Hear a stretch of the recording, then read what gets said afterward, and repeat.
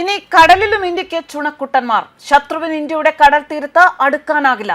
ഗോവയിലെ നാവിക വ്യോമ കേന്ദ്രമായ INS ഹൻസയിൽ അമേരിക്കയിൽ നിർമ്മിച്ച ഒരു കൂട്ടം MH-60R ഹെലികോപ്റ്റർ വ്യൂഹം പ്രവർത്തന സജ്ജമാക്കിയിരിക്കുകയാണ് ഇന്ത്യ.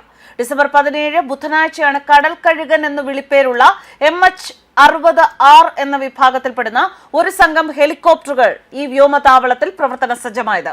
ഇതോടെ ചൈനയുടെയും പാകിസ്ഥാന്റെയും ബംഗ്ലാദേശിന്റെയും കടലിലൂടെയുള്ള ഏത് ആക്രമണവും കാലേക്കൂട്ടി തിരിച്ചറിയാനും അതിനെ അടപടലം തവിടുപൊടിയാക്കാനും ഇന്ത്യക്ക് സാധിക്കും.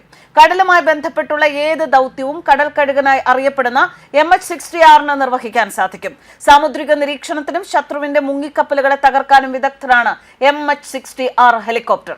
AGM-114 വിഭാഗത്തിൽപ്പെടുന്ന ആപൽക്കാരിയായ ഹെൽഫയർ മിസൈലുകളാണ് ഇതിൽ ഘടിപ്പിച്ചിരിക്കുന്നത്.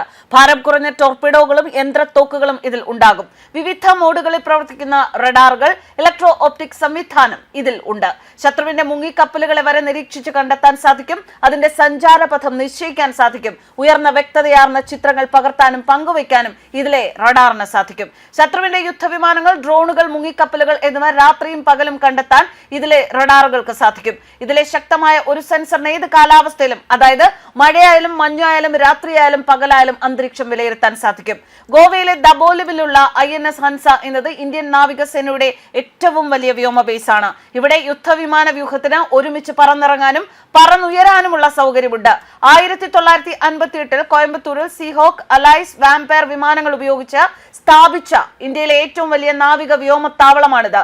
പിന്നീട് 1961 സെപ്റ്റംബർ 5 ഇത് INS ഹൻസയായി കമ്മീഷൻ ചെയ്തു. ഗോവയുടെ വിമോചനത്തിന് ശേഷം 1962 ഏപ്രിലിൽ നാവികസേന ദബോലിം വ്യോമത്താവളം ഏറ്റെടുത്തു. 1964 ജൂണിൽ INS ഹൻസ ദബോലിമിലേക്ക് മാറ്റി.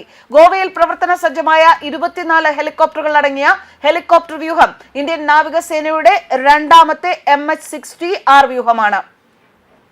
ഗോവയിലെ INS ഹൻസയിലെ ഈ MH-60R വ്യോമസംഘത്തെ INAS 335 എന്നാണ് വിളിക്കുന്നത്. ഇരപിടിയൻ എന്നർത്ഥം വരുന്ന ഫ്രഞ്ച് വാക്കായ ഓസ്പ്രൈസ് എന്നും ഈ ഹെലികോപ്റ്റർ വ്യൂഹത്തെ വിളിക്കുന്നു. ഗോവയിലെ നാവികസേന ആസ്ഥാനത്ത് 24ഓളം MH-60 ഹെലികോപ്റ്ററുകളാണ് എത്തിച്ചേർന്നത്. നാവിക മേധാവി അഡ്മിറൽ ദിനേശ് കുമാർ ത്രിപാഠിയാണ് ഈ വിമാന വ്യൂഹം കമ്മീഷൻ ചെയ്തതായി പ്രഖ്യാപിച്ചത്. 2025 ഡിസംബർ തുടക്കത്തിലാണ് 24 ഹെലികോപ്റ്ററുകൾ വാങ്ങാൻ കേന്ദ്ര പ്രതിരോധ മന്ത്രാലയം US-ഉമായി കരാറിൽ എത്തിയത്. $96.4 കോടി 5 വർഷത്തെ ഈ കരാർ. ഇതനുസരിച്ച് 5 വർഷത്തോളം ഇവയുടെ സ്പെയർ പാർട്സുകളും അറ്റകുറ്റപ്പണിയും ലോക്ഹീഡ് മാർട്ടിൻ എന്ന അമേരിക്കയുടെ ആയുധ കമ്പനി നൽകും. സാങ്കേതിക സഹായവും പരിശീലനവും നൽകും.